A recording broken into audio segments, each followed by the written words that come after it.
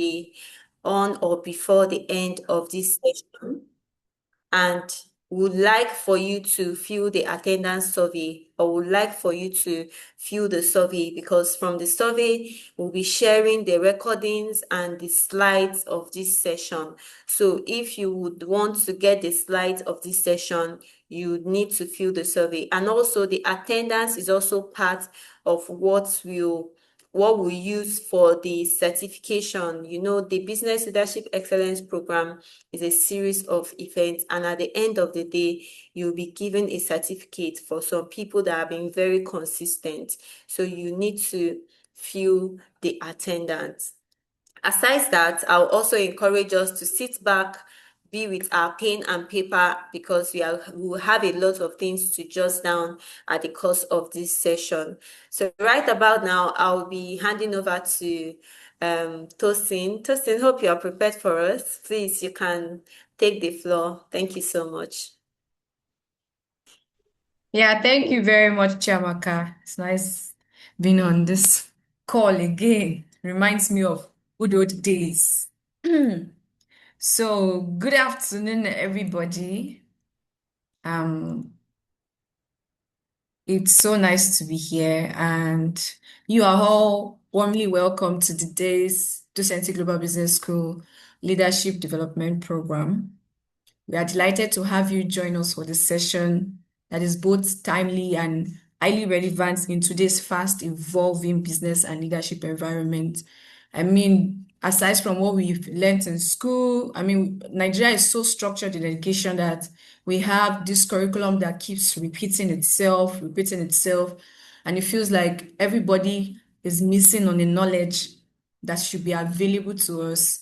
We can't really blame that on how we've grown to be exposed to the kind of knowledge that we have, but we'll blame ourselves if we don't expose ourselves to the right kind of knowledge that we ought to have in this time and season, which is considering what we have in the world today, fast evolving businesses, which requires us to have business knowledge and then leadership knowledge. And this is why Docenti is organizing this program, this class, to have us understand more. My name is Oluwatosin Elizabeth Shobayo, and I'm a product designer and also an alumnus of Docenti Global Business School. It's truly my pleasure to moderate today's session. And as leaders, professionals, and aspiring decision makers, we are constantly faced with complex choices, the ability to make informed decisions, data-backed decisions, so you're not second guessing or you're just building what you're not aware of, which will not serve anybody. And that is no longer an option in this time and season. So it is therefore essential that in today's discussion, you are attentive and you have all the questions. Be very, very attentive so that you can develop questions to ask so that you better understand what this class is for. So it's my honor to introduce our distinguished guest speaker for today. Just to confirm again, can you hear me? Because I made sure that this network was okay. Yeah, thank you, Mr. Ibrahim. To introduce our guest speaker for today, Mr. Ibrahim, who is an Ibadan-born IT and data analytics professional with over 20 years of post-qualification experience spanning multiple domains, including finance, programming, database design, analytics, networking, cybersecurity, and strategic management. He holds a Bachelor of Science honors in physiology, a Master of Information Science, and an MBA, all from the University of Ibadan. In addition, he has undertaken executive and professional programs at globally recognized institutions such as Lagos Business School, Wharton Business School, Stanford University, MIT Sloan, Harvard Business School, IASE Business School, to mention a few. So Mr. Ibrahim has worked across consulting, technology service delivery, and the pharmaceutical industry. He spent over 6 years as PricewaterhouseCoopers Nigeria, served as manager of information systems at Alpha Beta Consulting, and later joined Sanofi, if I pronounce that well, where he was head of IT and security across 8 African countries. He's currently working as a digital finance data specialist at the Sanofi innovation hub in Budapest, Hungary, which means is outside of Nigeria. Currently, the focus on global finance data analytics, which is key to what we are having in class today. He has also completed his doctorate in strategic management and served as the data science faculty at Rome Business School, Nigeria. Please join me in welcoming Mr. Ibrahim Ahmed with a clap emoji, please. Yes, I want to see that. That's a big profile you're looking at there. I envy it. Envy good things or desire good things for a lack of better words. Yeah, thank you very much. Thank you, everyone. Okay, now, so I am going to hand over to Mr. Ibrahim so that we are all eager to hear from him. I am as well eager to hear from him. So, Mr. Ibrahim, please, you may take the floor. Thank you very much. All right, thanks a lot, Tose, for the amazing introduction. I need you to confirm that you can see me, you can hear me, and you can see my slide. Yes, I can see you, I can hear you, and I can see your slide. All right, thanks a lot. Yeah, on behalf of Docente Global Business School, I welcome every one of us once again to this afternoon's interaction on data-driven leadership, making smarter decisions with analytics and AI. I'll try not to be too technical with this, but I'll make it simplified in such a manner that we can pick the most important elements of this topic. See leadership as someone taking you to the battlefield to go and fight. There are just two options. You can go there and come back alive, or you go there and you don't come back. Yeah. Regardless of the consequences of your decision, you would like to follow someone who can tell you why you are going to that battlefield and how you are going to fight there so as to be able to guarantee your safety to return alive. Even if you sustain one or two injuries, you will want to come back and tell the story of your experience at the battlefield, not that you disappear out there in the battlefield. That is the way I would liken data-driven leadership. I can just tell you, oh, go and do this. And you fear me as your leader because I can dismiss you or punish you if you refuse. Or I tell you why I want you to do that task. There are two different instructions delivered in two different ways, and the way you will respond to both will be different. So in modern leadership, we are not just talking about you obeying instructions from your superior officers because they are ahead of you. Rather, we are talking about people telling you what to do because they've shown you why that task is important, and you also buy into doing it because you know they are making that decision from an informed position, not just an arbitrary decision. So I'm going to give you bullet by bullet, cases that you need to think about and then reassess the way people run organizations today versus the way we think they should run it. So there'll be a bit of theory, but there'll also be some elements of practical. So let's get our hands dirty. The first example here is going to be a game that we will all play together, and I want us to be part of this.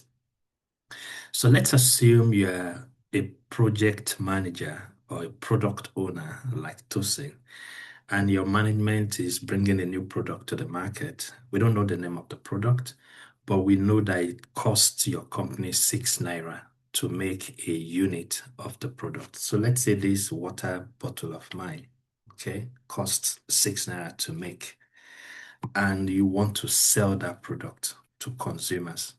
Now, when you did your market analysis and customer segmentation, you came up with 5 buckets or 5 categories of customers or 5 segments of customers. In segment A, there are 19 million people who are willing to pay nothing more than 8 naira. Segment D has 13 million people who are willing to pay not more than 10 naira.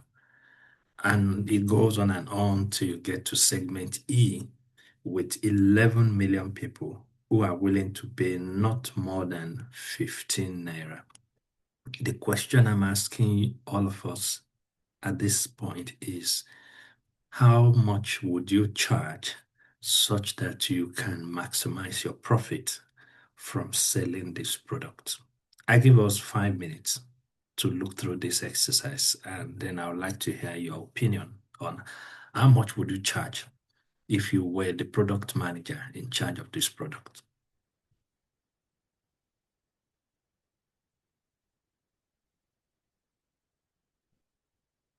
The moment you have an answer, feel free to unmute yourself, raise your hand. Person is going to acknowledge you. You give us your answer and your logic, and then we will later review the correct situation. And then you see the way people think with data rather than just saying, I'll pick 8 naira, I'll pick 10 naira, I'll pick any other figure from the bucket.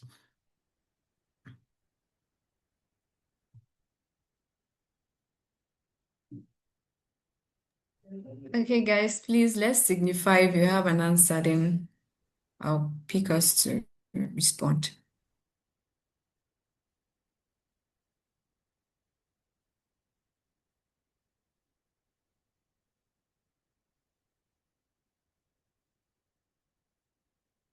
Oh, I've not seen any response. If you're sure, you can drop. Okay.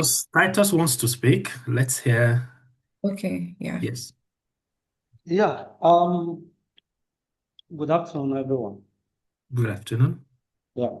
So, with the data provided, looking at the population of the highest one, this is the segment D with 20 million.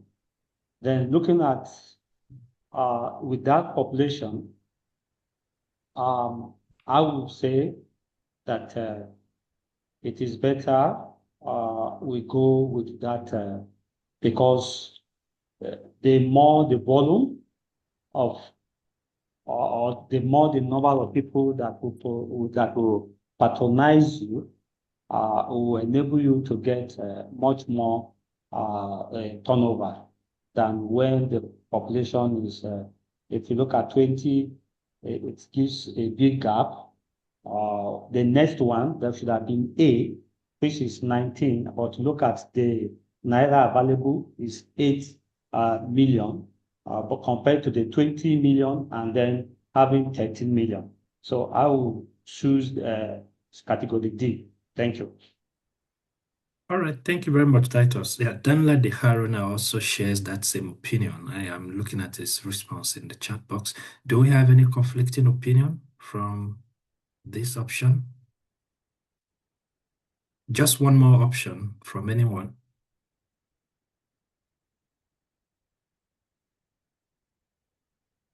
All right, let's check what the correct answer is. Yeah. The question is simple. The answer is simple. And if I look at the reasoning or the logic Titus applied, its logic is also correct, but I think the answer he chose is not. Okay. He has the correct logic, but he didn't apply it correctly. So let's look at the situation again. How many customers would you be able to reach if you sell at 8 naira? Everybody. You'll be able to reach 77 million customers because everybody can afford 8 naira. So you will see 8 plus 10 plus 12 plus 13 plus 15 because they all are willing to pay far more than 8 naira. Okay. If you picked 10, then you will not be able to reach this 19 million people. You will only be able to reach the 13 million plus 14 million plus 20 plus 11. If you picked 12 naira, you have already priced out those who can pay more, maximum of 10 and 8 naira. So you won't cover 19 plus 13. You only be able to accommodate 14 plus 20 plus 11. And then the logic goes on.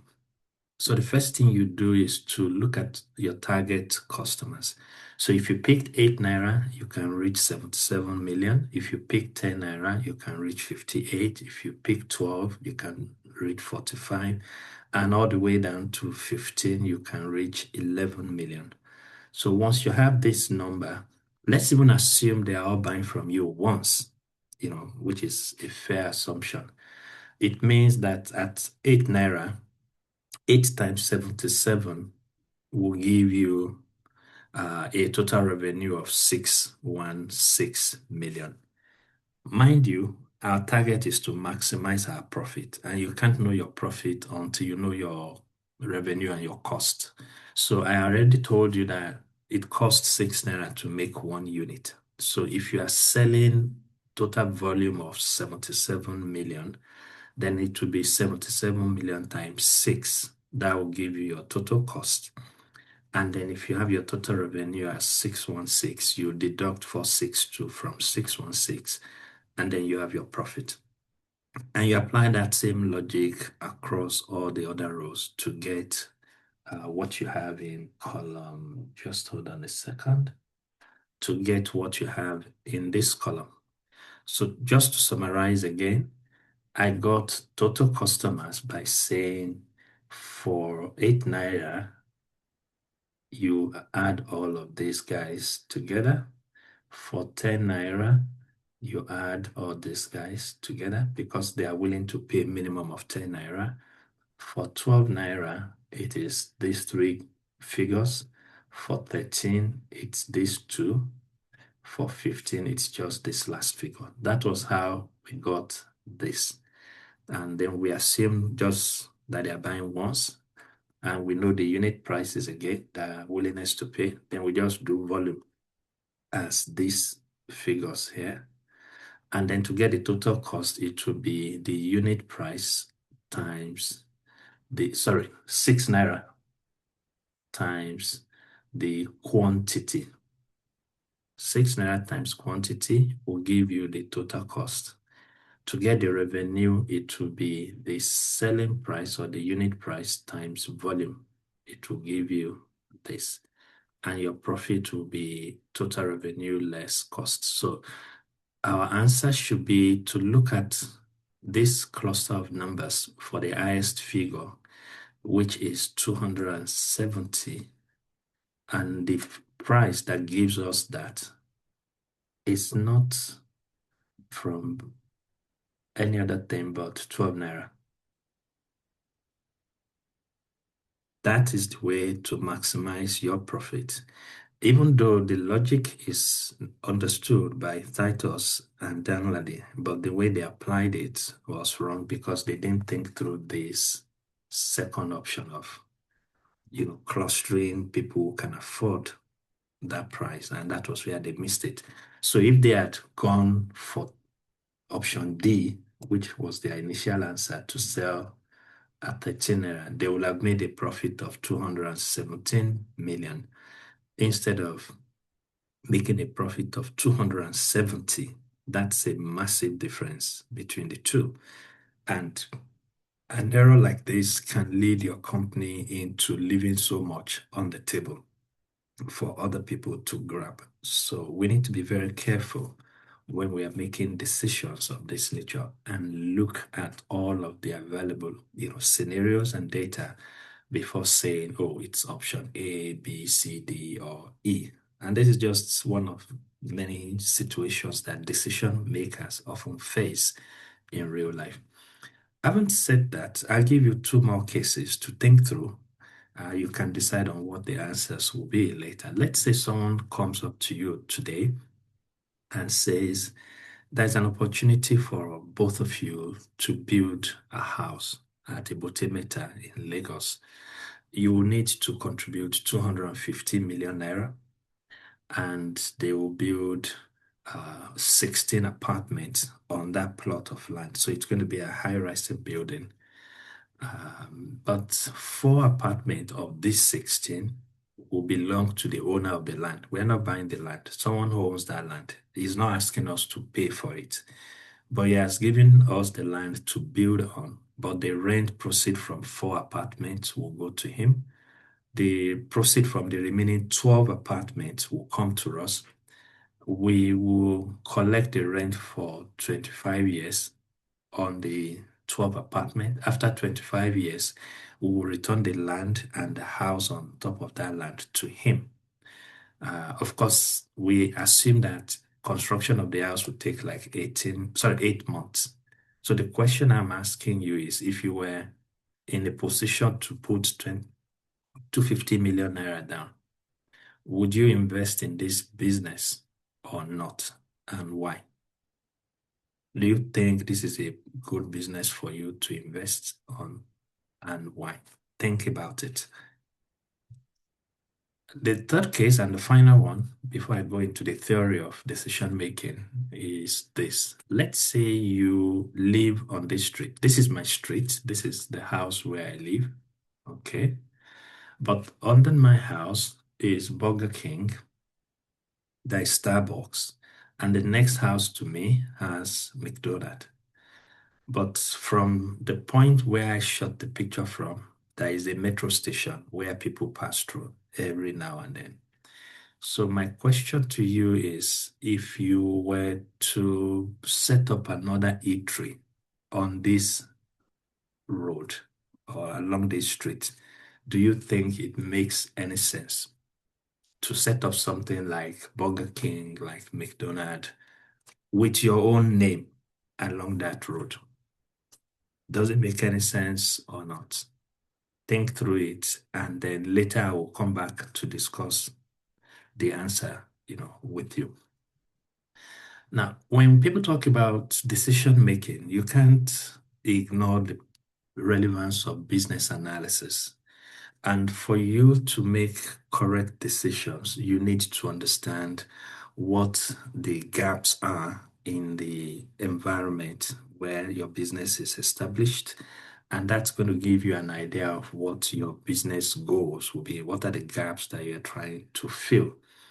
And for you to do that, you must be able to know where you are versus where you want to be. If you don't have that clarity of how the two states are different and how you plan to move from your current state to the desired state, everything is going to be the same for your business organization. So in an attempt to move from now to the future, you need to understand various dynamics, that come to play. We must know what strategies you need to adopt to get to your desired state. You must know internal factors that give you power to be able to win in the, competitive landscape. You must understand external factors at play that could be in your favor or against you. Otherwise, you will remain, at the same spot. Then there are some factors that are neither internal nor external. You also need to identify those ones and know how to maneuver them to your own advantage. So you need to understand stakeholders. Who are these stakeholders? There are many of them that we often deal with. Customers will be there, regulators will be there, our employees will be there, our suppliers will be there, our strategic partners like our bankers, our telecom service providers will be there, people who supply you raw materials will be there. We need to know the way these people contribute to our production, apparatus, and how they help us deliver the values that we propose to our customers. If you know the way your customers think, you'll be able to serve them more because they are the ones that are funding, your business. But if you don't understand them very well, your product or service won't get through. And if they are not buying from you, your business is going to go out of, existence. So you need to understand all of these, stakeholders very well, depending on the kind of business that you are doing. Gather enough data on them and then process those data appropriately. For instance, if you understand your customers very well, then you will know the product that you are offering to them. Why are those products needed? What's the challenge? What's the problem that you're trying to solve? Some people will say, what are the pain points? Why do we need your solution? So we must know that part. Then we want to know the scale at which you are producing the solution. Are you focusing on people in Lagos, or you are focusing on Southwest, or you're focusing on the entire country, or you're focusing on West Africa, or the whole of Africa, or the entire world? So imagine when Apple came into existence, if they were only selling to people in California, nobody would see them the way we see them today. So they had a good product, but they also chose the correct scale to sell. And that's why they are a very big company, today.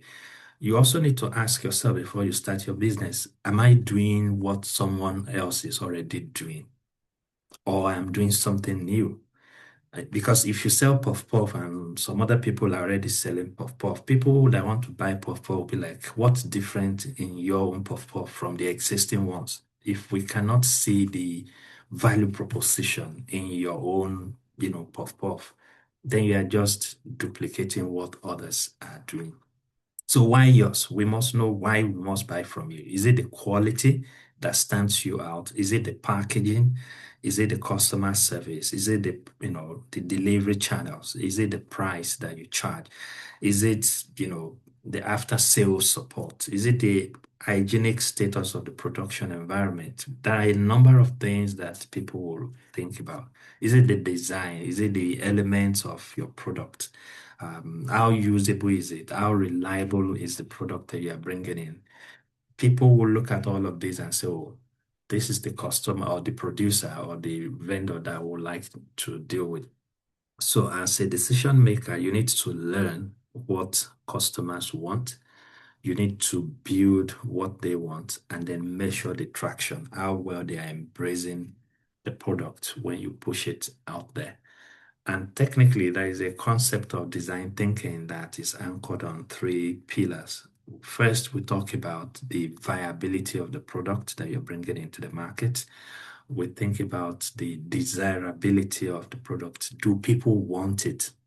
Okay, so if it is technically feasible and people want it, then we check, does it make any sense from the business point of view to even venture into building a business plan around that product? So once there is a meeting point across these three elements, then we'll say there is a product market fit. The PMF element is established. So you need to know who you are selling to, where they are, the frequency at which they will be buying from you. Are they going to buy once in a year and then that's it? Or they buy once in a day, or they buy once in a week? You must know the frequency, because that will determine how much of such product you will be pushing out, to the market. You must know the price at which you are selling to them.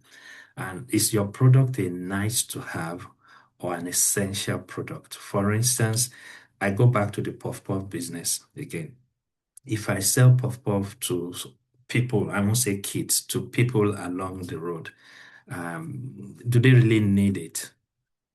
Maybe yes, maybe no.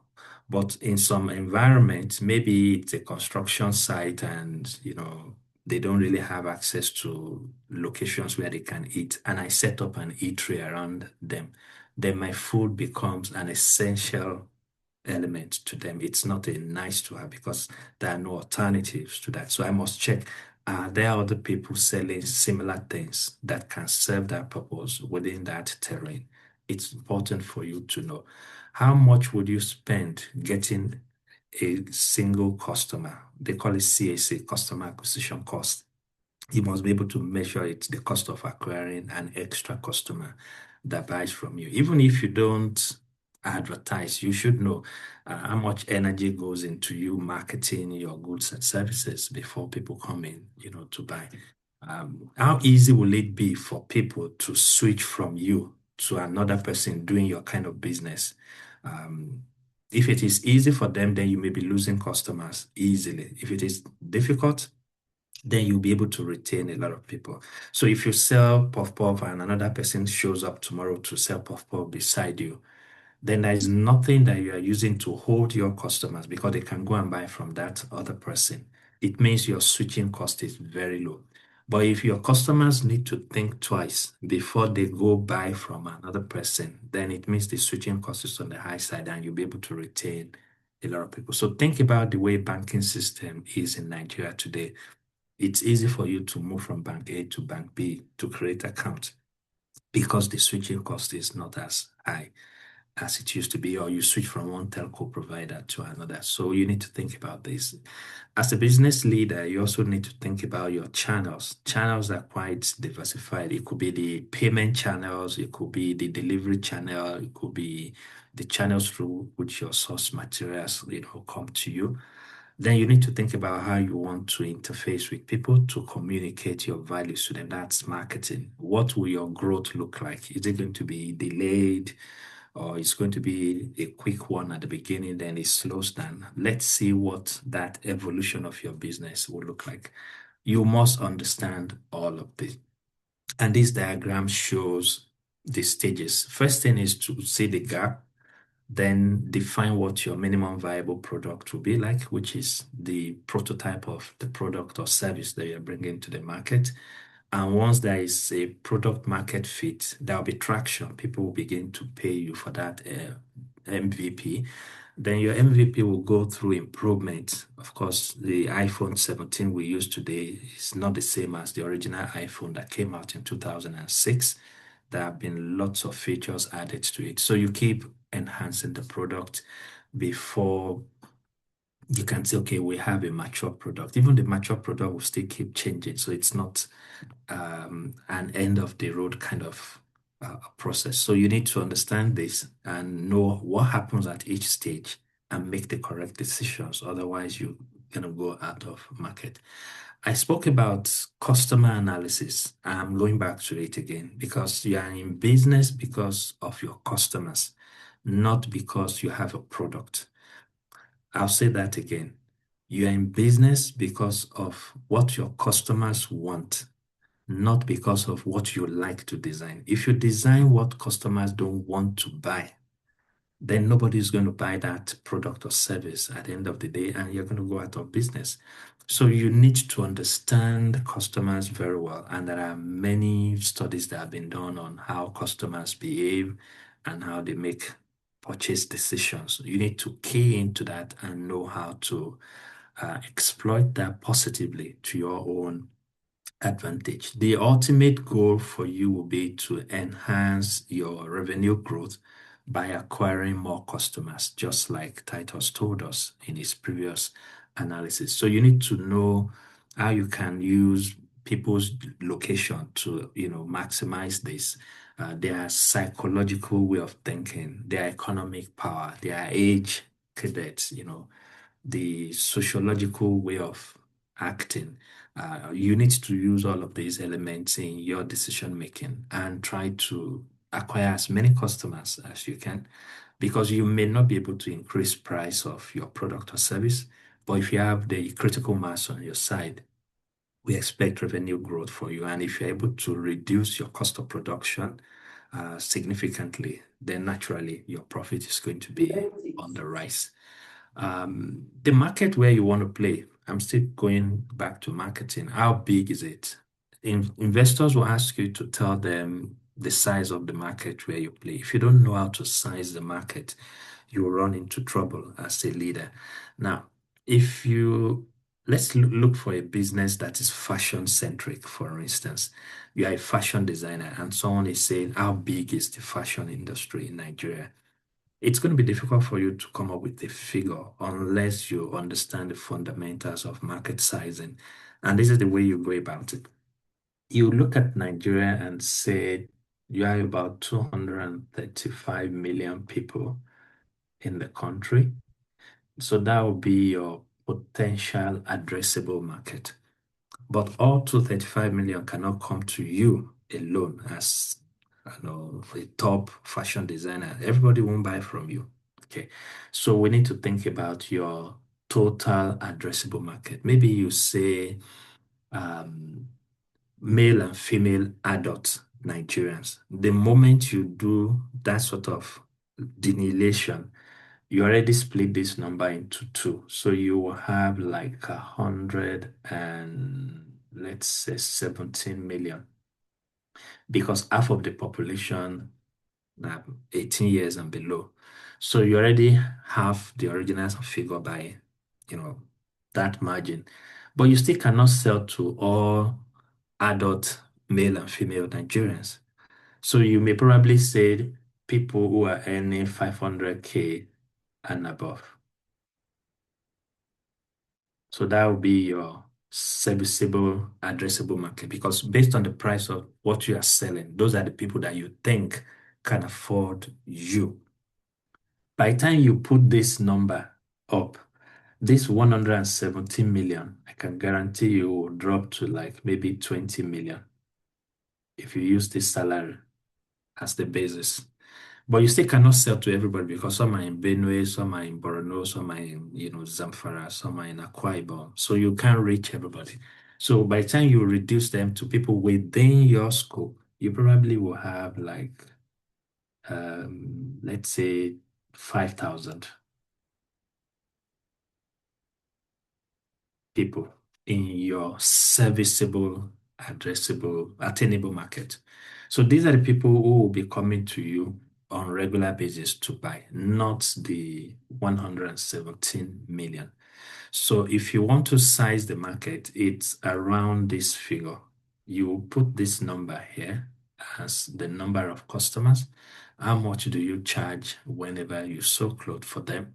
And how many times do they buy from you on annual basis? We want to know that. And that figure is going to give you the market size. Now, that market size is not a static figure. It keeps changing because if people's salary goes up, then it means the number of customers may also increase. The ability to buy more from you, sorry, which is going to be here rather, the ability to buy more from you may change. And once those elements change, the frequency at which they buy from you will also change. And then automatically the market size will shift.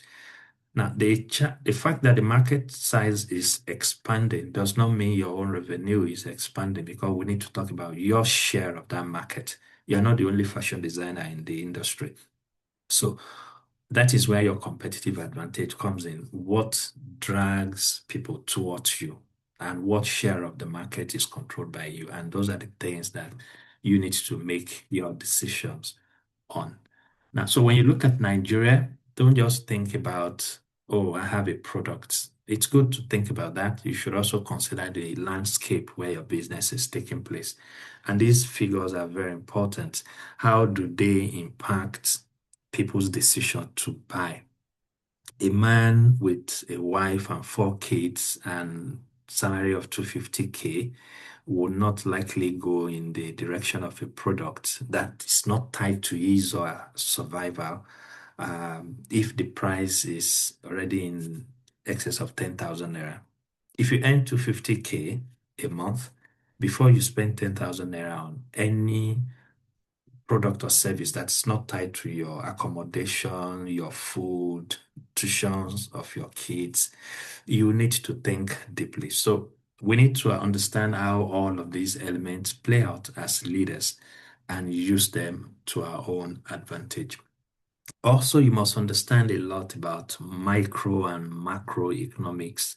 There are variables that are playing at the national level. We call those things macroeconomic variables. So you see everybody saying, oh, the price of my good is on this high side because of international price of crude oil. Oh, dollar is this, dollar is that. Those are not microeconomic variables. Rather, they are macro. All right, thanks, Mariah. Yeah, so those are macroeconomic variables. How is GDP, which is the overall measure of productivity of a country, how is it affecting the economy of that country?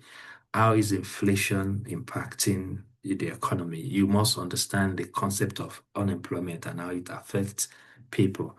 Aggregate demand and the capacity of the economy to grow, you must understand all of this.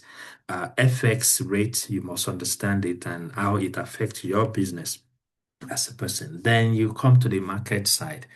If I am selling Zobo, how is the demand for Zobo impacted by the demand for, say, Pepsi, Coca-Cola, or any other soda drink, or even pure water?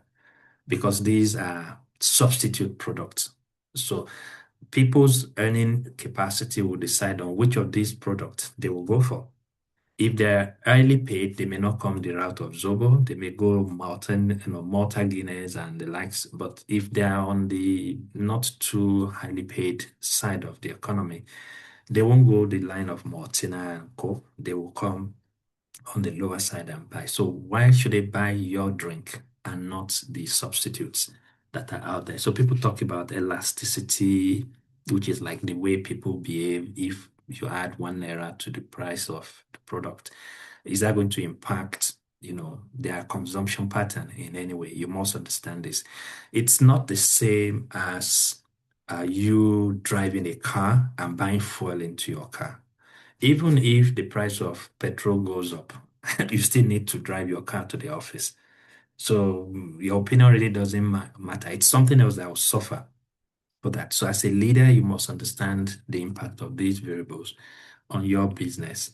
I listed some other variables that are not even necessarily numeric. For instance, if there is a problem of security in the land, you cannot cite your business in such places. Even if you don't, what it also means is that customers who are in such terrain may not be able to get your goods and services. So we need to think through all of this when leading our organizations as an executive. Then how do you want to grow your business? There are varieties of options that are available to you. For instance, I may be doing market penetration strategy. And what that means is that I have a product. My product already exists in a market, and I just want to get more from that product. So Coca-Cola has been in existence before any of us was born, and they keep expanding the revenue from Coca-Cola. So they are penetrating the market more to make sure that people know more about Coke and they can get more from it. So that's market penetration strategy. If you bring up a new product in a market that is already known, then we'll say you are doing product development. Say Coca-Cola as a company brings up another product tomorrow and then they push it to us. They already exist as a brand, we know them, but we don't know the new product. So they may test our response to that new product. And if we embrace it, then they are expanding their revenue base through product development. So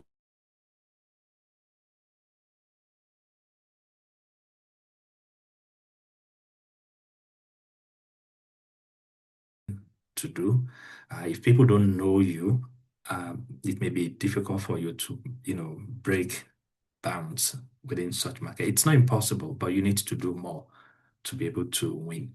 Now, there is also a strategy of market development. This is a scenario where you have a product, but you are taking it into a new market. Let's say you used to sell something in Lagos, and people in Lagos know it, but you want to take it to, say, Calabar.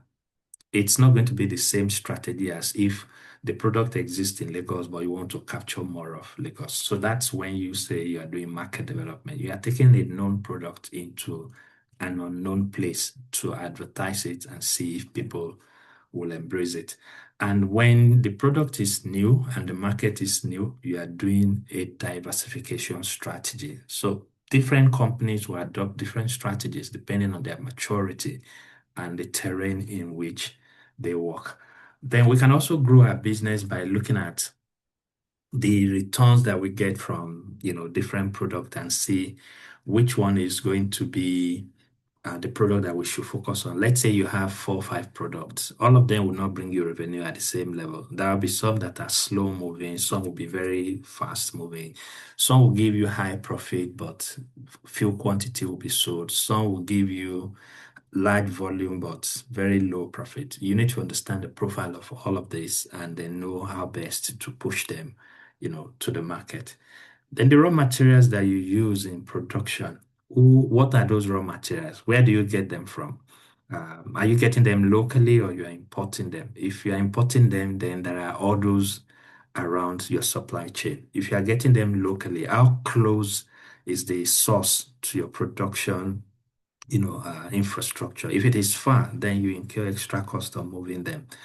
If you are importing, then there are all sorts of risk that you may be exposed to. International politics will be part of this. Foreign exchange fluctuation will be part of it. Statutory fees at the border will be part of it. If there is any war going on around where your product or your raw materials are coming from, this is going to impact your production. So you need to think about this. How many suppliers do you have? Is it one person that's supplying you, or you have multiple suppliers? What sort of contracts do you have in place to protect yourself from competition? Let's say you need corn for your production, you are into food business, and you are going to some farmers to supply you corn. You are not the only one going to those farmers. How do you ensure that your supply is not disrupted by other people coming to those farmers for the same corn? And if there is drought or there is flood in the land, how do you guarantee that you can still get the same level of corn? There are all sorts of strategies that people go into when they are doing procurement. So leaders need to think about this. Otherwise, they will promise what they cannot deliver. And at the end of the year, the business is going to be, in chaos. Then you think about your production, your raw materials are in. How do you produce your goods and services? Which model are you using? You could go around and say, I will build my own factory and produce on my own. There's nothing wrong with that. You may also say, no, no, I don't have that kind of money. I'd rather outsource my production. For instance, I'll use Apple again. When Steve Jobs was alive, Apple was producing its own products. When he left and Cook came in, they changed the production model, and a company in China produces their devices for them. So if you check your phone, you'll see design in California, manufactured in China. It does not change the quality of the product. They're only saying someone has the machinery to produce. Let me give them my formula, let them do the production, and I simply focus on the design and distribution.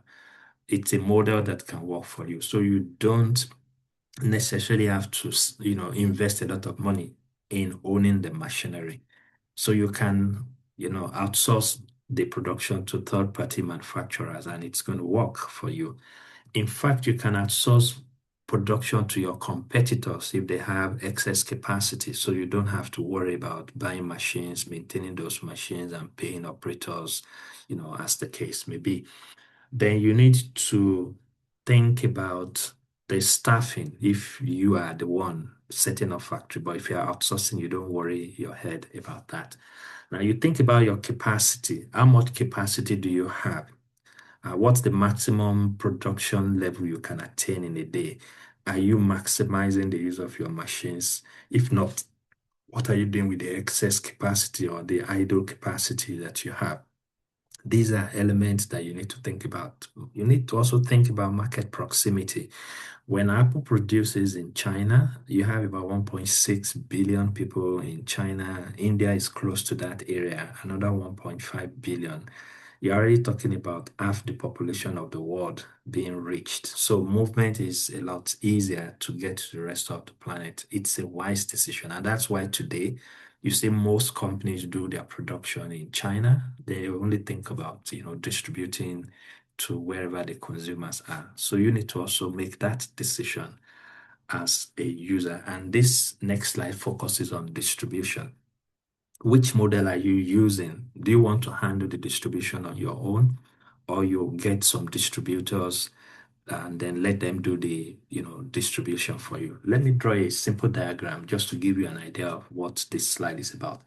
If you are here as the manufacturer, you can go straight to consumers and say, I'm doing B2C distribution model. Okay, it will work. And this is a simple model of I produce food, consumers come to my shop to eat food. I'm the producer of the food, they are the consumer of it. It's going to be a different ballgame when you think about, say, Coca-Cola. Coca-Cola is going to be here. They are going to have distributors who will buy from Coke. These distributors will sell to, say, wholesalers Wholesalers will sell to retailers.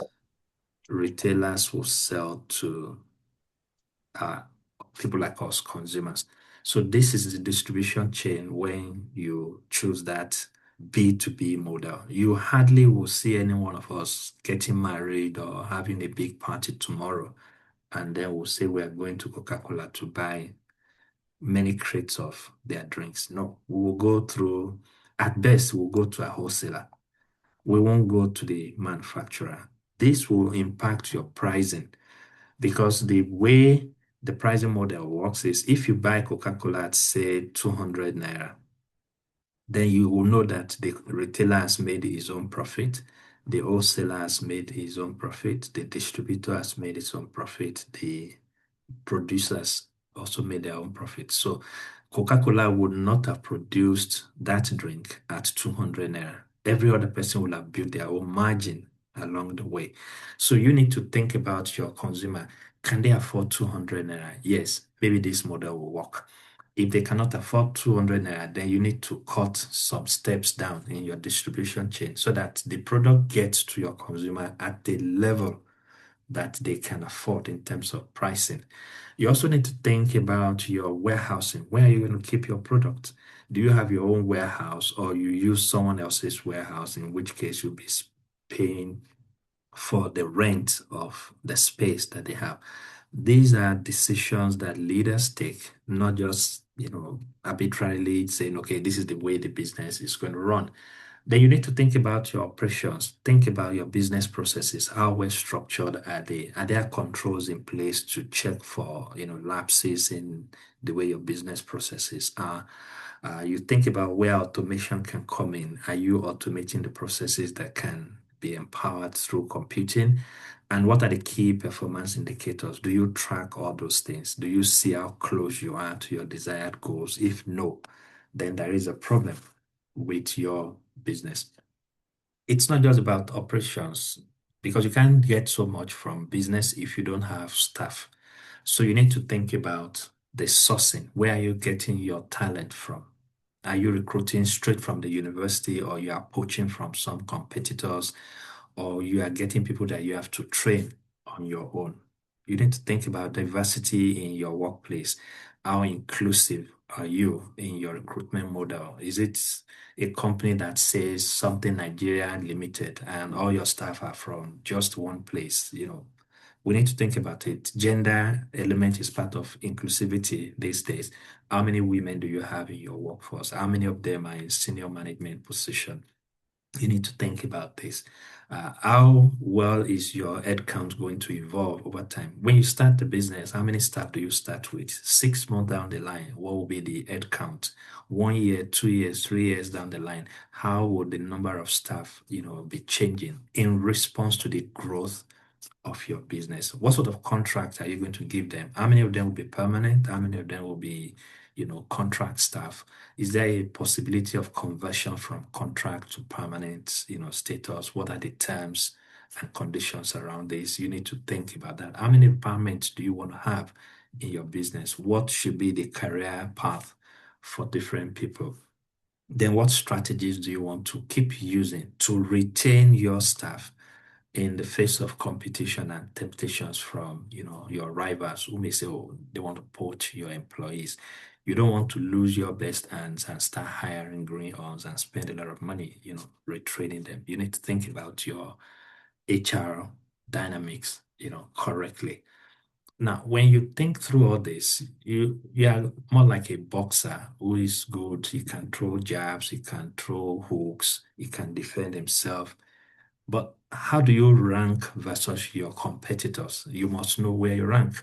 Are you the industry leader? Are you a laggard? Are you number three? Are you number five? With respect to the key performance indicators or the metrics for ranking people in your space, you should know where you rank and know how to leverage your strength to your advantage and then know how to close the gap between you and the next person ahead of you. So when you are talking to customers, you know what to tell them. There are cheap phones that are very rugged. They won't talk about aesthetics when they are marketing, rather they will talk about ruggedness. Okay. Some will market their battery life, some will market aesthetics, some will market a whole lot of, values. It depends on you knowing where you are versus the rest, and then it helps your research and development department in knowing where they can, focus on to close the gap and, be a better company out there. When you look at the market landscape, there is a lot of risk out there. We usually use this framework of PESTEL to analyze. I'm not going to go into the real depth, but I just tell you there are political risk, there are economic risk, there are social risk, there are tech risk, there are environment risk, and there are legal risk. I'll just give you one or two examples. OPay, when they came in with their all-ride product, they wanted to use bike, to move people from different parts of Lagos to other parts, but they didn't get the politics right because they had no idea of what Lagos state government was thinking about. They invested so much in those machines, and the policy came from Alausa, and that arm of business could not run. They incurred loss. But they were able to bounce back economic-wise through their, fintech component, and everybody is happy today. So always look at the landscape very well and see how you can use any of these elements to your advantage and protect yourself from any disadvantage that may come, from them. It's important for you to run business based on what people want, but you must understand finance very well. How much money do you need to start your business? You must know it. What will be your capital structure? How much of it is going to be debt? Let's say you need 100 million. How much of that will be your own money? How much of it do you need to borrow? We need to understand that bit. If you are going to borrow money from whom, that's the financing part. Is it from your siblings, from your families, from your friends, and you're going to pay them back with interest? Or you're going to borrow from banks that are, risk associated with any decision you make with respect to any of these choices? Then how do you plan to repay the debt that you owe your lenders? It's very important. Then your ability to understand the important numbers with your business is also key. You don't necessarily need to be an accountant, but you should know what an income statement is. This is where you see your revenue, your expenses, and then the leftover, whether it's profitable or not. If it's profitable, you see profit. If it is not, then you see loss. There are some other lines in between. A leader must understand those numbers. He or she must understand the impact of decisions made on the financial position of the company. You must know the value of your assets and the impact of, having them. Same thing with your liability and shareholders' equity. Then you must know the way you use cash. And if you don't understand all of this, your business may be seen as doing well, but in the real sense, you may not be doing well. I'll give you an example. Let's say you run a business that has sold 200 million worth of product. Okay, 200 million naira worth of product, but you have only collected 80 million naira cash. So accountants will tell you that you have account receivables of 120 million naira out there. That's how much people are owing you that they've not paid you. If you don't have aggressive collectors in-house to get this 120 million naira back, what it means is that when it is time for you to spend money on business operations in excess of 80 million, excuse me, you won't have cash to do that. And the natural tendency is that you have to go and borrow money to fulfill your mandate, even though you think that, oh, I still have 120 million somewhere that is coming. So you are depleting your asset base by taking in more debt, and the profitability of the business is going down. So you need to understand how some of these basic lapses can impact the bottom line of the organization. Even if you spend money on goods that you've not sold, that's called inventory. It's also not a good one, but this is not a finance class. We won't go much deeper than that. So we must understand the important numbers in business. There are ratios that accountant or finance team will give you, and you must know the meanings of those financial ratios. Some are related to your profitability, some are related to your liquidity, some are related to your ability to manage debt, and some we use them to value your business in case you want to, sell the business out there. It's very important for you to know all of this. Then if anybody meets you in an elevator and is asking you to summarize your business in a minute or two, you should always have a business model canvas up here such that you can tell people what your business is about, your key activities, the value propositions to your customers, who are the customers that you serve, how do you maintain the relationship with them, how do you make money, your revenue streams, where do you spend money or what do you spend money on, and then who are your strategic partners. You must be able to say it. And if people need more details, they can now, pick on any of these subjects and then talk to you about it. So when you understand all of this, your mastery of the business terrain is going to be deep. And then you can start talking about AI analytics coming in. Yeah, I'll make this very simple. When people talk about AI today, they talk more about tools that they use to drive productivity, but AI is all of that in some ways, but there are more elements to, what technical people will call AI. Analytics is just one of those components. So if I step back one bit, when we speak about AI, I bring up my marker again. We're talking about three components. If AI is here, there are three anchors to it. There is the machine learning, deep learning bit. I'll tell you what that means. There is the robotics aspect, even though most people think this is pure electronics. And then there is natural language processing. Now, in the past, the objective was to say, oh, human beings are there, they are smart, some are not. So if there is a guy, okay, Tosin is the only person who can do this. When she's not in the office, we have to wait for her. Who is at loss? The business. Because it means we have to wait for her to be around. Oh, there's a surgery that we need to do. It's only Morayo that can conduct that surgery. And then there are patients. So it means we have to wait for Mariah to come. Even when she's there, she can only work on one patient at a time. So there was a need in the past to say, how can we translate intelligence of human beings to machines such that when these human experts, this is subject matter experts, when they are not there, these agents, these intelligent agents can take over from those human experts so that we will not lose anything. So there were many ways of doing this. Robotics was let machines be able to do things faster than people, especially in dangerous terrain. Everybody can see that.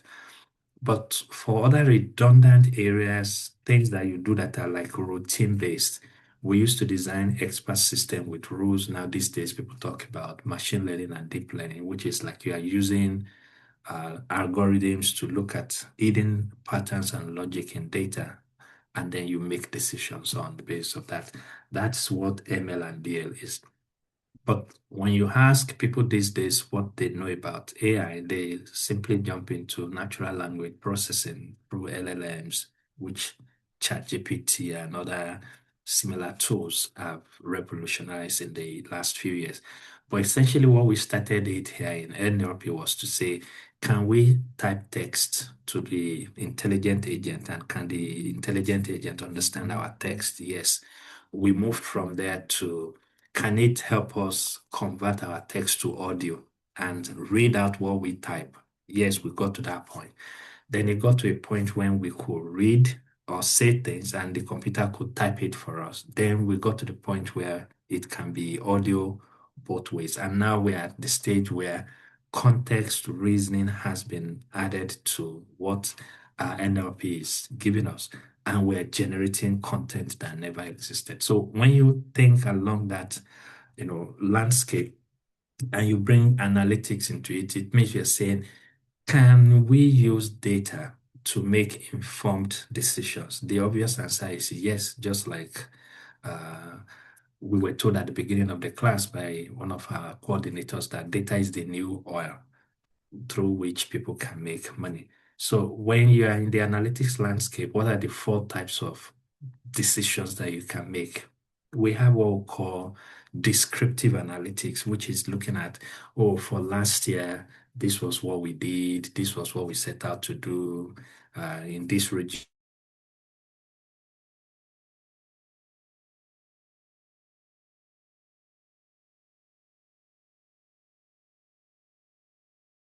Describing what has happened in the past. That's what most dashboards do for organizations. But if you go into the terrain of doing diagnostics or diagnostic analytics, then you want to drill further down to see, oh, we met our target. How did we meet, or why did we meet target? If you didn't meet your target, you also want to check, why didn't we meet our target? Are there areas where we didn't do well? You can diagnose and, make the necessary adjustments and decisions on the basis of that. These two are looking into the past. Events of descriptive and diagnostic analytics they've already happened. But when you want to be futuristic, then you come the route of predictive and prescriptive analytics. For instance, in predictive analytics, I can look at a new customer and say, based on this customer's buying pattern, is he or she going to stay with us in the long haul? I would like to predict if this person will stay. Or I want to give credit to a new customer of mine in a bank. I want to give loan. Am I sure this person will pay or default at the end of the day in loan repayment? Those are predictive analytics you may do. You are trying to predict what is likely to happen, given some historical data of what has happened in the past. So you are looking into the future.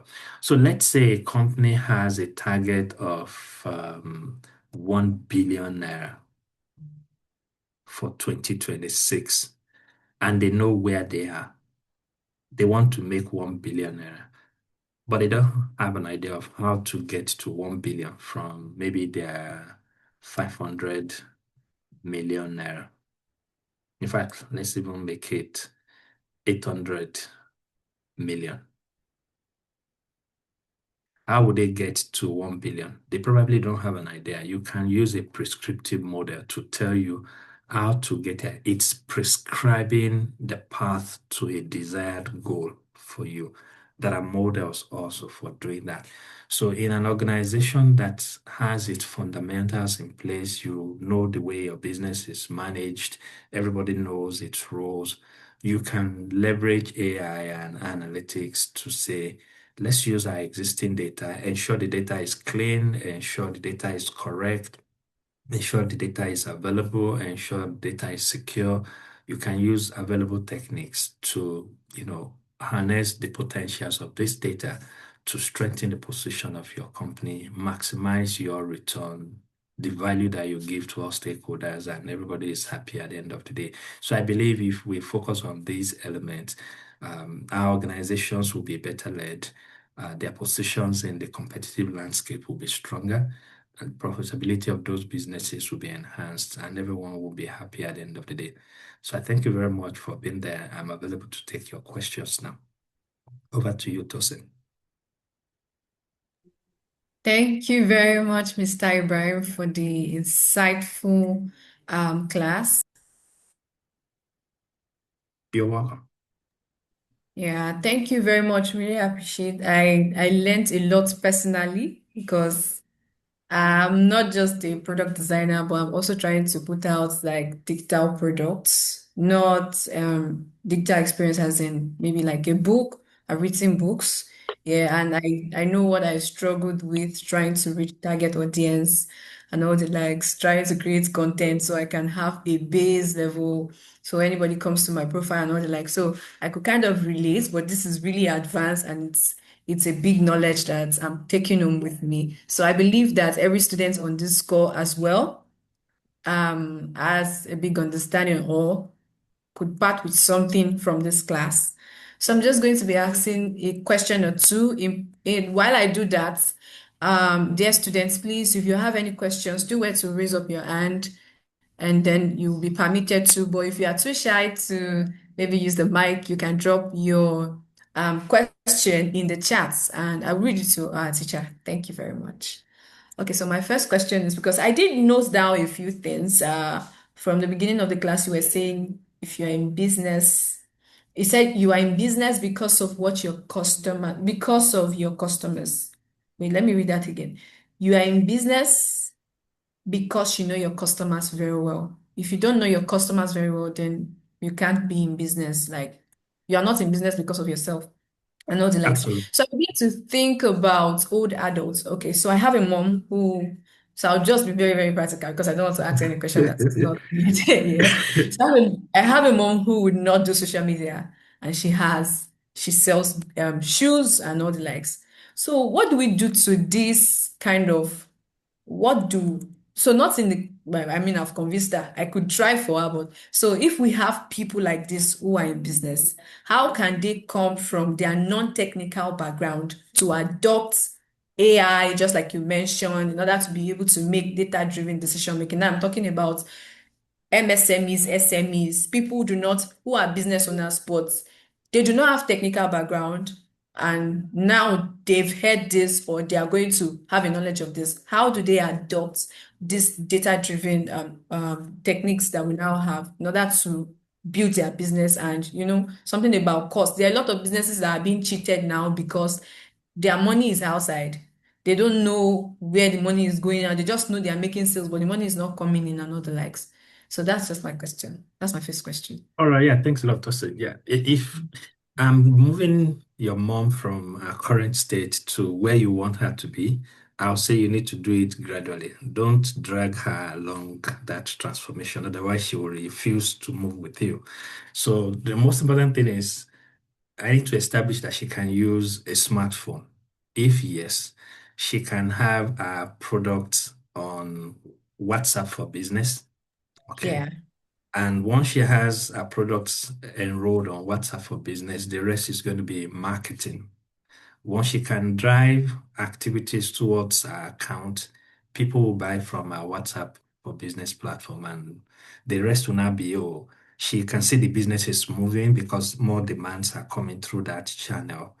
Payment integration is going to be the next thing that you have to start talking to her about. Do you want people to pay you after you deliver, or they pay into your bank account before you deliver the product to them? These are part of what I call channels in the presentation: engagement channels, payment channels, delivery channels. We need to think about all of this. So she can start from WhatsApp for business. I know of a famous food business in Lagos. They call her Corporate Ewa Going. And yeah, she's on WhatsApp for business. She doesn't have a Yeah, website. she called out Glovo recently because Yeah, Glovo was misrepresented. Oh God, she is a multimillionaire. misrepresenting her. She Yes. is a multimillionaire and she doesn't Wow. have a website. She does everything through WhatsApp for business. The same WhatsApp where we forward and receive and joke, push all sort of jokes. Those who have business ideas can push content through it. And whoever has your phone number can pick what they want from you. You see the interactions, you deliver, then they pay you. I think your mom can start from there before you start thinking of, okay, can she have a website?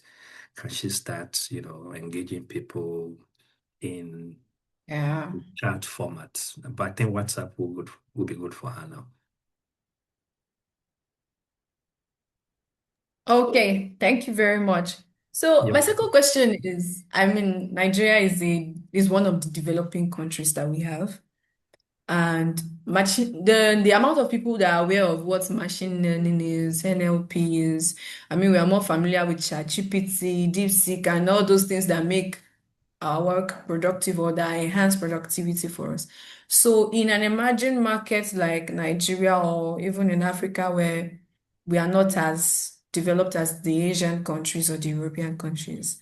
How do we, for instance, if I'm working on an AI product, because I've watched some investors pitch just products. It's not even AI based. And I see how hard it is for angel investors to believe in them or put a seed in their business. So when it comes to AI and all of this, how do we in Nigeria, if for instance we are building something we are building for ourselves, how do we bring it to the market and make sure that it's successful? Because I always follow these things, but I don't know what to put the name with. I've seen somebody that tried to build a social media in Nigeria to compete with, well, I mean, you were competing with Mark Zuckerberg. So that's not going to work. But there are businesses like this that are struggling because there are already people from outside who have dominated the country. So how do we develop these things? I mean, we have Glow, for instance, we have Glow here, but MTN and Airtel are dominating. That is, I mean, I don't understand. So even when we have the option of an in-house person who has a similar product, it's not thriving as much as people come from outside and they have all of us to themselves. Yeah.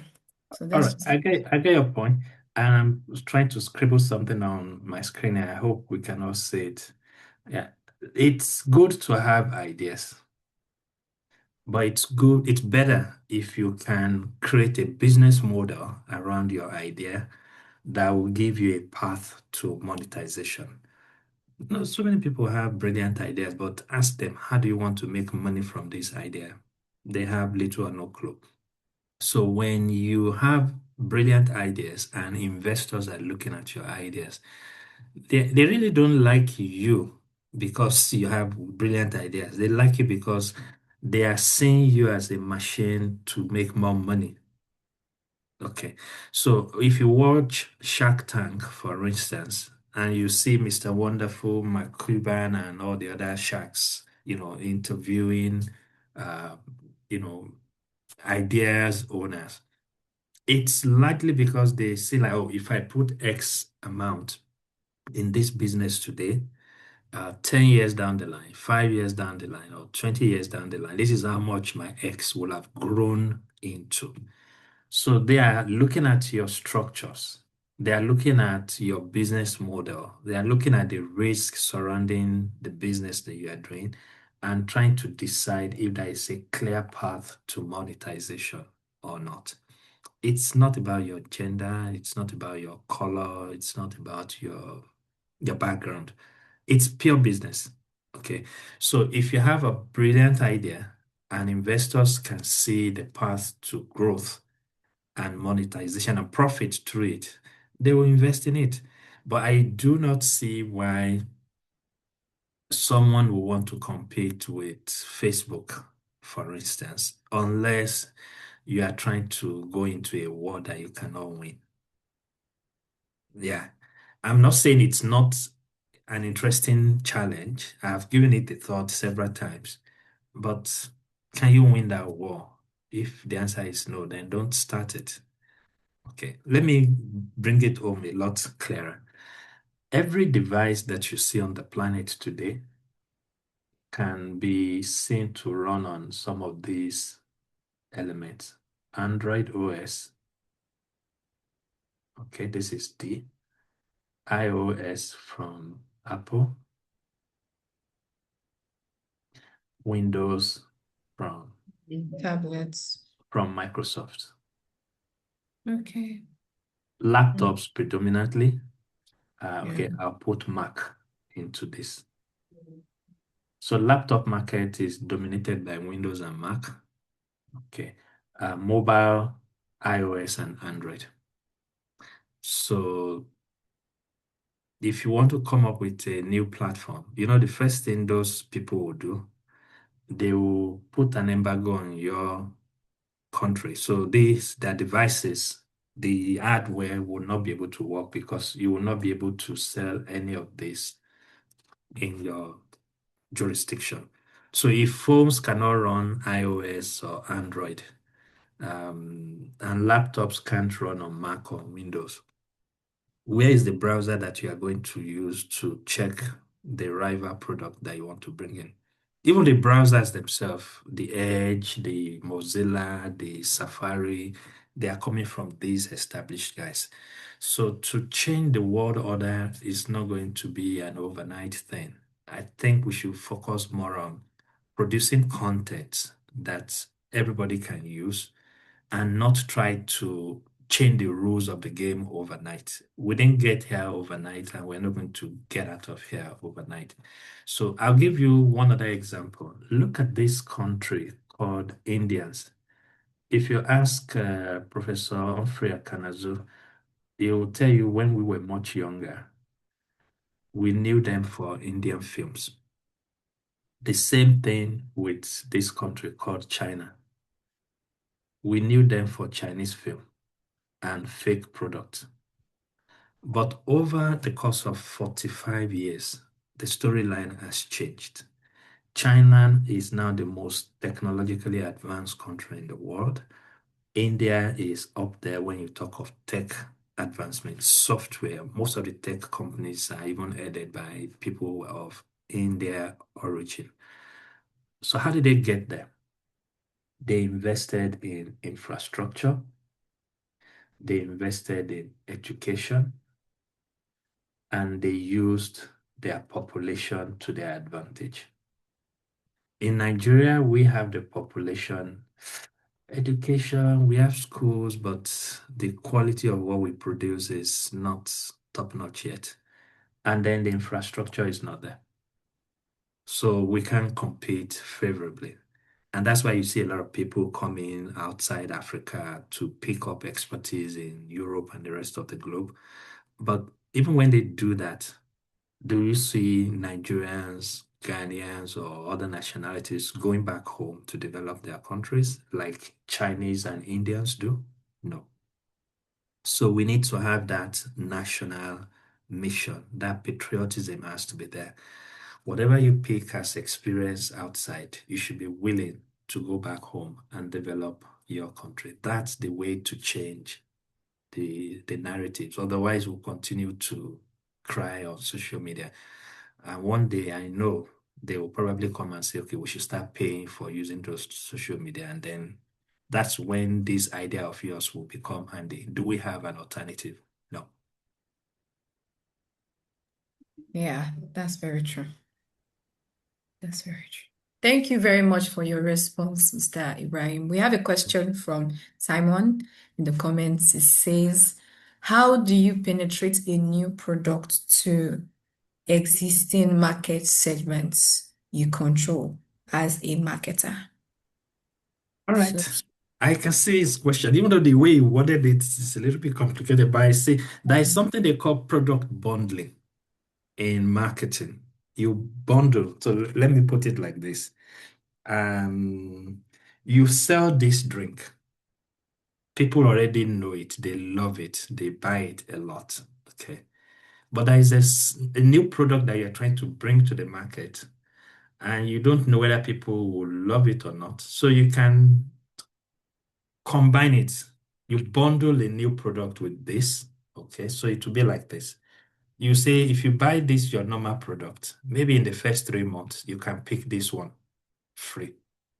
This new product, you can pick it free.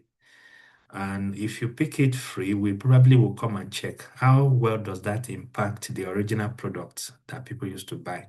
If people buy this original product more, just because of this new product that you have bundled, it suggests to us in the marketing department that this product may have received a lot of blessing of customers. And then after 3 months, we start charging a modest fee for the new product. And people use our goodwill to embrace. That's one way of doing it. Another way is you can ask someone that is famous in your space, an influencer. That's where the social media influencers come in, to bring in the new product and do an advert with it. Maybe if it's shoe, you can ask someone that is, I don't want to mention names so that I don't split camps, whether it's Davido or Wheezy. They can model for you, and then you see, of course, you're going to pay them a lot of money, but you see their fan base will latch onto your products because they see their role model, using that thing, and you can penetrate markets through that. There are varieties of strategies. It depends on how deep pocketed you are and how widely you want your product, to be distributed. I hope that clarifies that puzzle.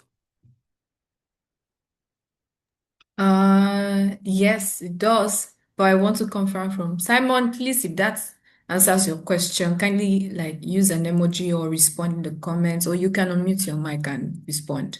Yeah.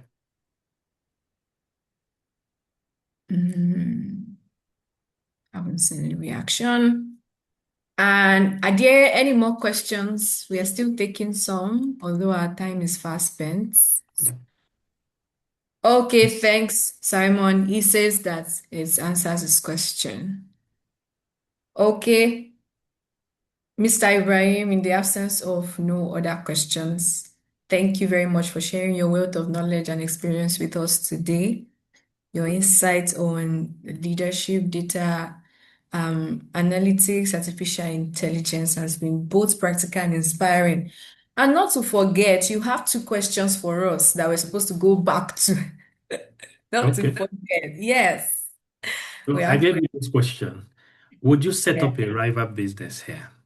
And I'll give you the answer. The answer is yes. We have thousands of people moving on these routes every day.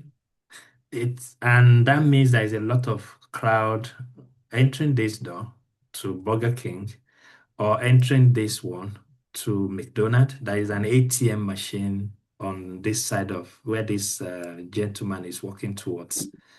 And there is a train station on my side there. And you can see if someone can put a mobile bookstore here and is making sales, then who says you can come in here? Everybody will not wait for their turn in Burger King and McDonald's.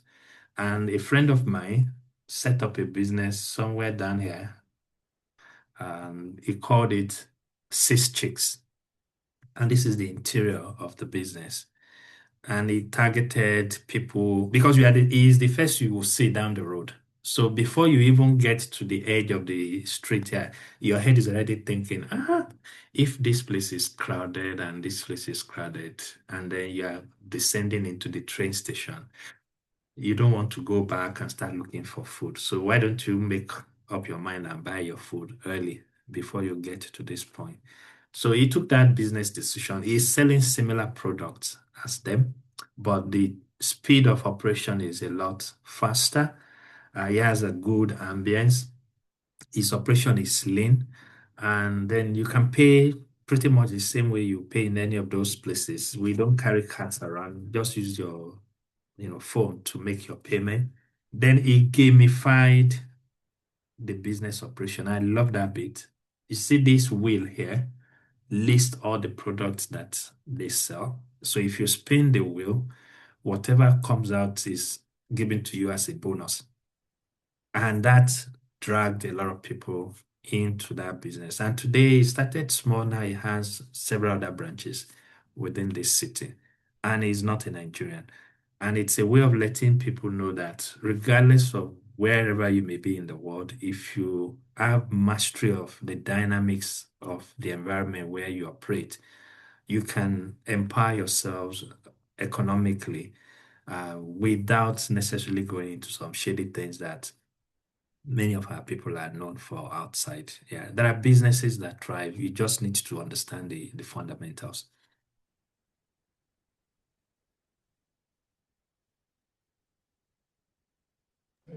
Okay. Thank you very much for that. There was one more actually, the house. The house. Yes, the house. I can even see some people are already pinging me. Yeah, somebody dropped. Okay, for the house, I will invest in the house with 250 over 25 years. Yes, it will look like a nominal profit. If you look at that case, I can go back to it quickly. If you build a financial model for that case, it will look to you as if the rent or the business is a good one. But the challenge is, okay, this one. There are things that you need to consider before you jump into this. Don't look at the fact that over 25 years, that's a long time, for you to collect rent. How much money are you actually going to collect from your rent, from your tenants? Remember, there are 16 apartments, and 4 apartments will be taken care of by the owner of the land. So you essentially have 12 apartments left. So how much will you charge annually? So let's put it there, annual rent times 25. That will be the revenue that you get. 12 apartments times annual rent times 25. That's the maximum. 60 million a year. That's what someone says here from John. Yeah, you're assuming that all the 12 apartments will be fully rented within 1 year. That may be true, that may not be. Okay. Now, if someone moves in today and moves out after 3 years, if there is no guarantee that immediately the person leaves, the apartment is going to be reoccupied. Okay. So you have to think about occupancy rate.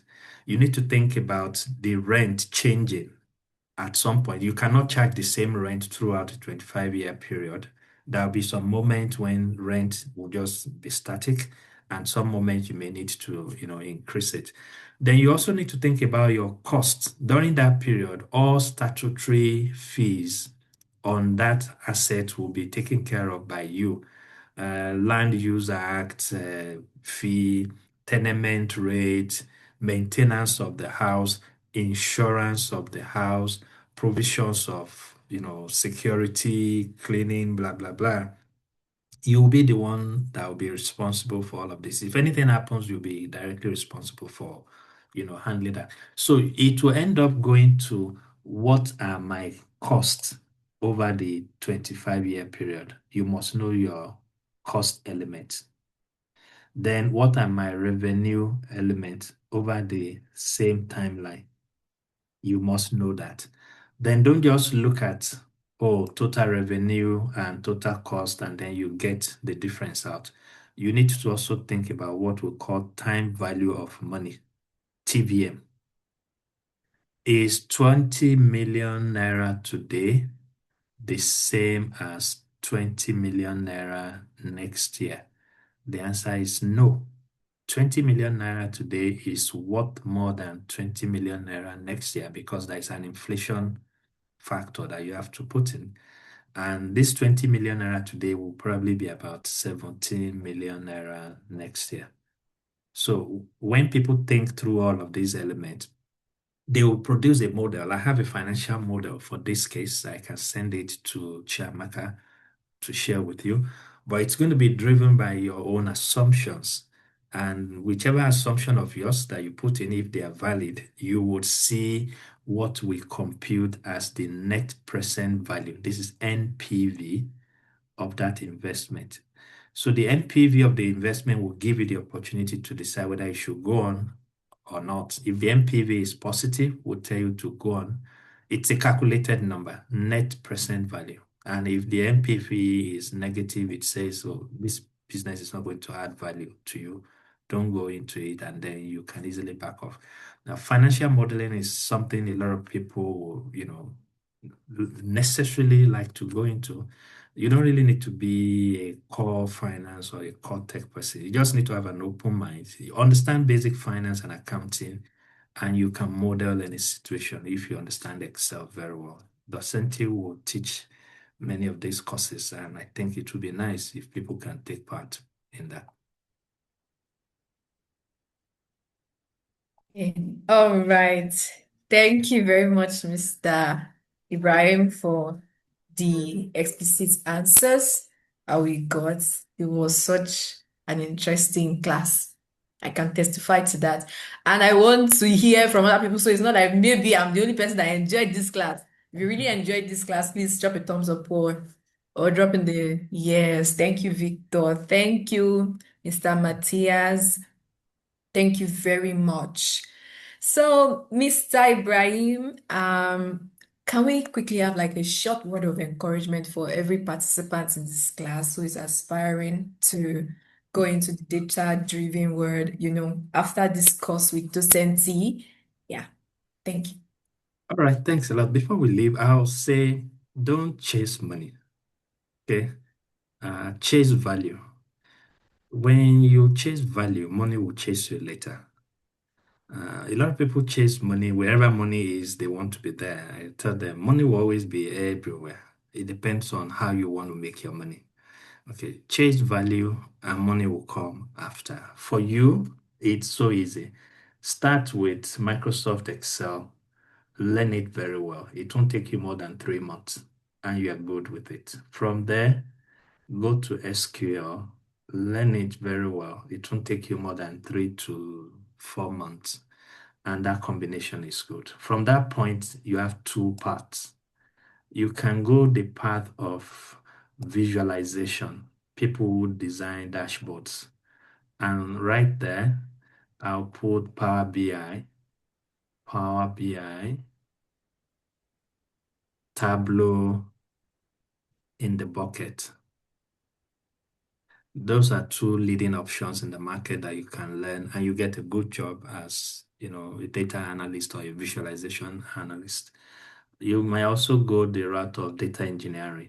These are the guys who people don't see, but they do all the data wrangling, ETL processes at the backstage, and they are the ones feeding data to these guys. This is going to get more techy. So if you don't have tech background, I'll say don't go this route. Just go the visualization route. Learn a little bit of financial accounting with it. Know a little bit of finance with it. Financial accounting and finance are two different things. So accountants and finance people will tell you that. So once you combine these two, I guess you'll be fine. Later, you can come and say you want to learn Python. This is going to drag you straight into machine learning and deep learning. And that will be like a nice destination for you. But don't just keep going forth and back without a clear roadmap. This is a roadmap I've given many people and they stick to it. Within a year, you can be somewhere down here. I have I have a Python channel on YouTube that gives you the fundamentals of everything you need. I'll drop the link. Maybe I should even go there. I'll drop the link with the school you can go through and it gives you the foundation knowledge. And later when you start building, ML models, it's going to be a lot easier, for you to follow. Yeah. Tosin, that's it from me. Don't chase money. Money will chase you. Yeah, thank you so much, sir. We've heard, Mr. Evawe. Don't chase money, chase value. Money will chase you. Thank you so much, sir. So at this point, I would like to invite Mr. Matthias Gini Kanwa. I'm so sorry if I didn't pronounce that well, to speak briefly to us about Docenti Global Business School programs. Yeah, thank you. Mr. Matthias. All right. Thank you, Oluwatosin, for inviting me.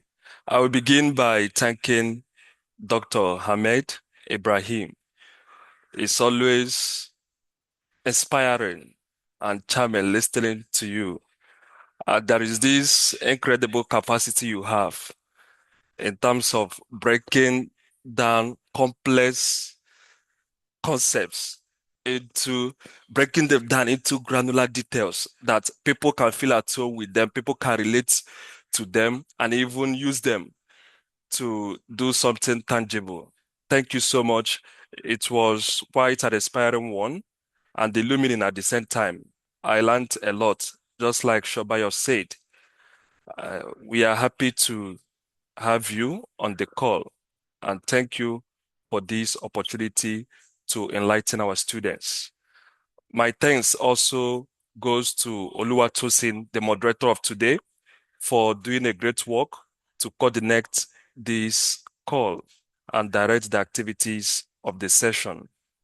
I would like to also extend my thanks to our students on the call. And very importantly, I discovered that there are one or two students who haven't really completed their enrollment process who are on the call. I use this opportunity to invite you to kindly speed up with the needful, because we do not really have time on our side, especially if you have been considered for the scholarship offer for the graduate foundation programs, for the master's and doctorate programs. This is the best time. The best time is now to complete your registration process. When Shobayo asked Doctor to give us some words of encouragement, where Doctor mentioned, don't chase money, instead chase value. And he drew a sketch of how you can go about this. And when I was looking at it, I discovered that we have covered even all these territories in the diploma in data science and also the MSc in data science and artificial intelligence. So it's good that Doctor reiterated this. So if you really want to have a mastery of all this he has mentioned, his YouTube channel is quite impressive. You can go there and begin with the foundations. The MSc program would also expose you deeply into these competencies and skills. So for those who are looking at the Master in Data Science and Artificial Intelligence, this is the best opportunity. What Doctor did for us today is to give us an eye-opener into the world of possibilities that we can get from the program. So once more, thank you, Doctor. Thank you, the moderator of today. And thank you, our executive students, for being part of this conversation. And we look forward to have every one of us on board for the class activities. Please fill your survey. There is a survey sent. Kindly fill your details there, because this is part and parcel of the Business Leadership Excellence Program, of which there will be a certification for it. So we are documenting the attendance, okay? Ensure that you fill the necessary details expected of you. Thank you, and I rest my case here. Thank you, Mr. Matthias. Before I hand over to Chiamaka, I want to say a special respect or greeting to my sets. We were the first cohort here at Docenti. Elizabeth Adebimpe and Chiamaka herself and myself, we are meeting again on the call at Docenti. It's so nice to meet with you guys again. Thank you very much. Okay, so now Chiamaka here, I would transfer the call to you. Thank you, Mr. Ahmed. All right, Yeah. thank you so much. Thank you, Tosin. Thank you so much, Mr. Ahmed. Like Mr. Matthias mentioned, the session was so interesting and very, very insightful. You could see from the comment section, some of the students are already commenting, and they, I think, understand how to analyze data better now, because I could see John stating that he could invest 25 or 250 million, and he also gave his reasons as well. So thank you so much. I believe after now, the students would have or would be able to make clearer decisions with data. And also to everyone on this call, the students, thank you for sticking with us. To also show you that the session is very insightful, you could see we have over 44 students on the call, and they stayed throughout the call. They stayed throughout the session. So thank you so much, everyone, for staying. And we also have on this call the Executive Principal of Docenti Global Business School, Professor Humphrey Akanazu. And on his behalf, would like to thank you for joining us today. And also, brief announcement, please try to fill the survey on the comment section. It's very, very important, like Mr. Matthias said. Please try to fill it out. Mr. Ibrahim will be sharing the slides to me, and I would share it to people that fill the survey, and the recording of this session as well. So please do well to fill the survey. It's very, very important to us. And this is me saying once again. Thank you for joining us and see you on the next one. On behalf of the executive principal and the entire staff of Ducenti Global Business School, thank you for joining us and do well to enjoy the rest of the day. Bye. Bye. Please Bye. ensure you fill the attendance before you leave. All right, bye, guys. Bye. Bye.